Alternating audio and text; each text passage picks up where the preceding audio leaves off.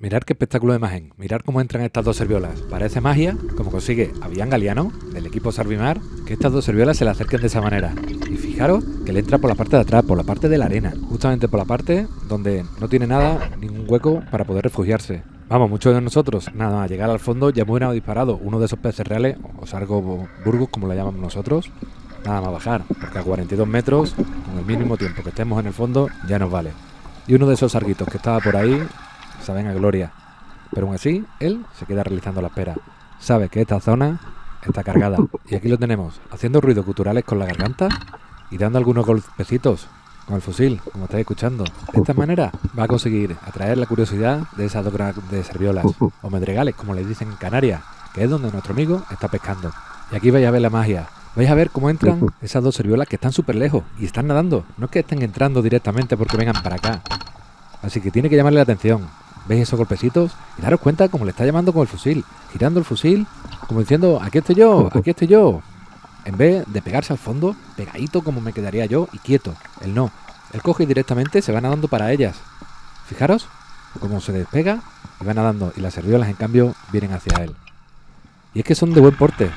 Parecen pequeñitas, pero son bien grandes. Daros cuenta también cómo se va para las piedras, a rozarse, a romper. Mira la que está liando allí con las piedras, que va de un lado y ahora se va para las otras piedras. De esta manera puede llegar a conseguir romper la varilla, dejar el nylon en algún lado, conseguir romperse y rajarse entero. Pero el disparo es muy bueno y no consigue romper ni zafarse de esa gran varilla que nuestro amigo le ha puesto de banderilla. Y digo que se ve pequeña porque pasó 27 kilos. No es muy largo, pero está bien redondo. Está en el Gran Azul. Y una de las cosas que puede pasar por estar ahí en medio es que venga algún tiburón. Ahora, en unos segundos, vais a ver cómo aparece por la parte derecha de la pantalla, por ahí abajo, una silueta. Y es un tiburón. Un tiburón martillo. Oh, madre mía, si me pasa a mí sacando sangre este pedazo de serviola. Y miradlo. ¿Lo veis? Se ha visto por ahí en un segundito. Mirad, otra vez. Ay, Dios mío. Yo le tengo demasiado respeto. Más rápido estoy yo arriba del barco, pero de un salto.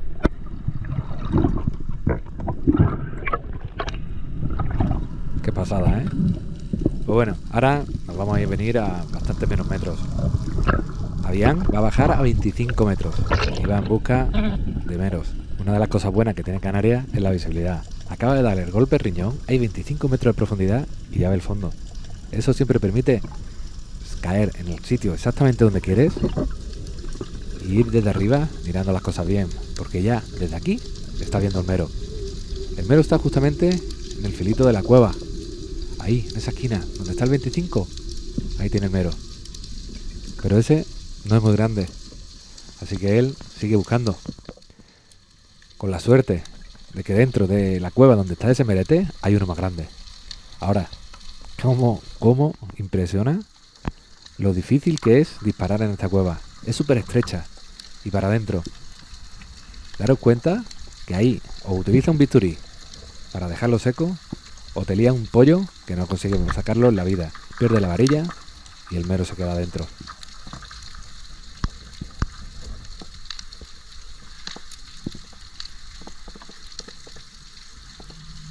Tiene que ser muy certero. Tiene que ser un disparo perfecto para conseguir sacarlo. Si no, sería mejor no disparar.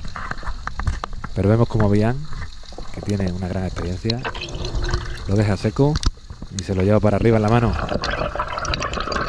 Desde 25 metros, por cierto. Se lo lleva para arriba. Y que sobrado para llevar 1,5 minutos y no soltar carrete y subir. Ya os digo que muchas veces es mejor soltarlo y subir más tranquilo.